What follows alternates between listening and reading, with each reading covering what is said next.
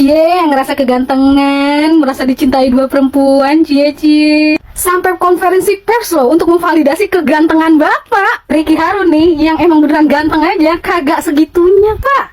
Kagak belagu-lagu, kagak tengil, kagak petantang-petenteng kayak Bapak. Padahal udah kena ajian progoh sukmonya tuh si Ana yang sekarang udah bisa disebut istri Bapak itu. Dulunya, ya videonya nyebar itu bagaimana beliau menghindari godaan-godaan jendasim Pak. Itu baru namanya menegakkan syariat. Itu yang dinamakan menundukkan pandangan. Perintah Rasul dilaksanain tuh sama dia. Bukan disuruh kawin lagi. Mana ngebongkar aib istrinya, ibu dari anak-anaknya. Astaga.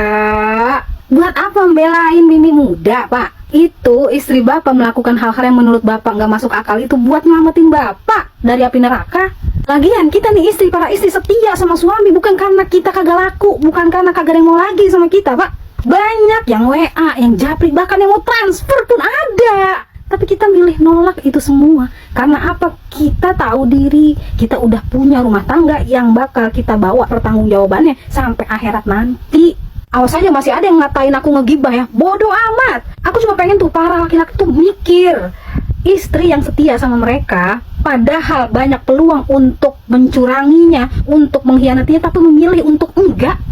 Itu istri yang mahal. Ingat Pak, nyesel adanya di belakang.